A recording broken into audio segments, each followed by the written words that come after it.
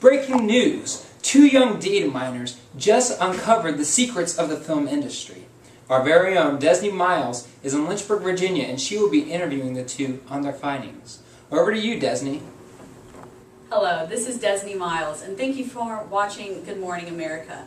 I have with me today Lindsay Collins and Gabriel Barona. We're going to be discussing data mining this afternoon, and I have some questions that I'm going to ask you guys. Alright, so I'll start with you, Gabriel. What is the business, event, or process you're investigating for data mining? Well, considering the large amount of interest that has emerged in the movie industry, we are trying to find out the patterns that underlie into the movie data and see which things make movies successful. Okay. Alright, and Lindsay, what exactly is data mining and how is it different than forecasting? Actually, before I get into that, I want to go a little bit into the scope of our project. What are we going to do? So basically what we've done is we've taken movie data from the last 4 years. We've picked the top 25 movies in 2010, 11, 12, and 13. We also want to take into account that we didn't choose movies in 2013 that are still in theaters. We figured that might throw off our data if we have a movie that just came out that has a lot of money it made the opening weekend, but it still pales in comparison to other movies because it just hasn't been in theaters as long. Absolutely. So we're going to look at those 100 movies that we picked and see where we can go from there. Alright. Now, to answer your question about data mining and forecasting, they're actually a little bit different in some ways. The main difference, I would say, is that data mining focuses more on the present, whereas forecasting, you're looking more into the future. What can we take from this data and forecast in the future and make predictions about, whereas data mining, you're going to be looking at the clustering of things and putting things in group. With forecasting, you're going to be looking more at trends and seasons, and that's more going to be a time series data, I think, whereas this is going to be more cross-sectional data with different kind of variables that aren't necessarily over a course of time. Okay. Alright. Interesting. And are there any similarities, would you say, with forecasting and data mining? Yeah, there's definitely similarities as well. I think the main similarity would be that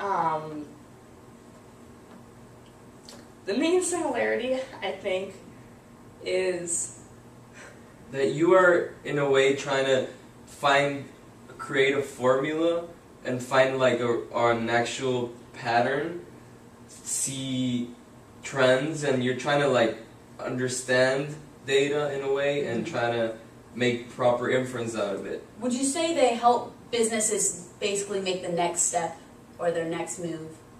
Well, definitely. They can be used in both ways forecasting would be used for the future, to make, as she said, allow companies to decide what's their next option or their future sales. And data mining is trying to identify the patterns of the present and trying to see how you can take that and improve it in the future. Great. Well, actually, my next question is for him. Would you be okay with that? That's fine. Okay, great. How is data mining going to be used for the research in this business? Well, the movie industry, you have the Internet Movie Database, which gives you like all the information about like the movies, if it's a sequel, and how much the gross product. But in reality, data mining is necessary in order to understand what's behind all of this and to actually see what makes, as I said, movies successful. Okay. Interesting. And so what do you expect to find, Lindsay?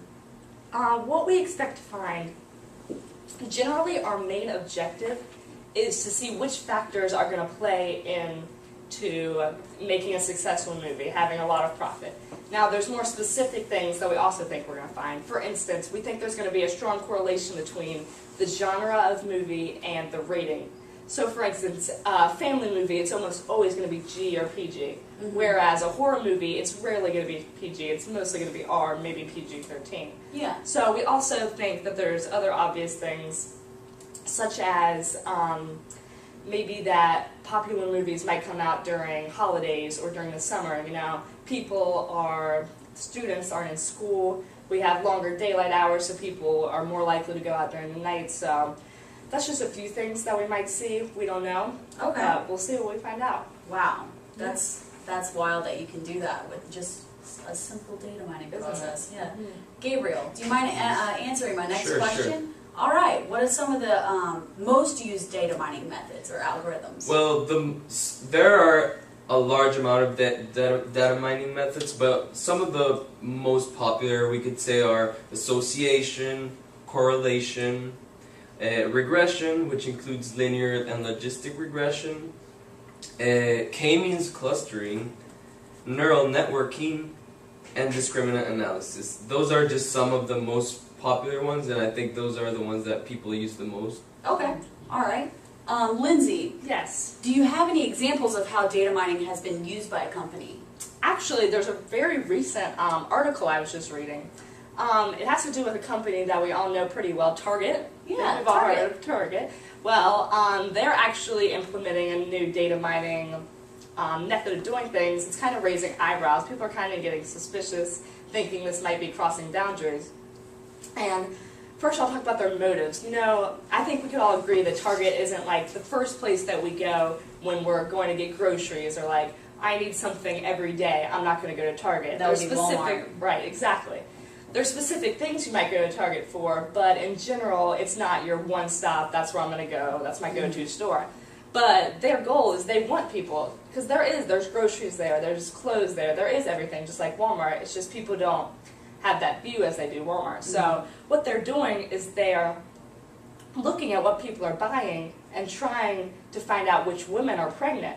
They think that if they can find out which women are pregnant, if they can target these women and give them discounts and deals, that these women will want to stick with Target not only through their pregnancy, but while the child is growing up and, you know, for the rest of their lives practically. Yeah. So they're really using data mining when they're looking at these purchases to help improve their company. Wow, that's very interesting. Yeah, it really is. Thank you for that input.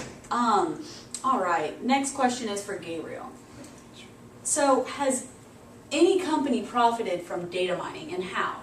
Well, this kind of is a similar question to Lindsay's, and one of the companies that has really taken advantage of data mining techniques and methods to gain some profit in advertising, could say, it's Facebook. As you see, like when you're in everybody uses Facebook, and when you log in, there's always icons beside your timeline that always indicates something that's an interest you have.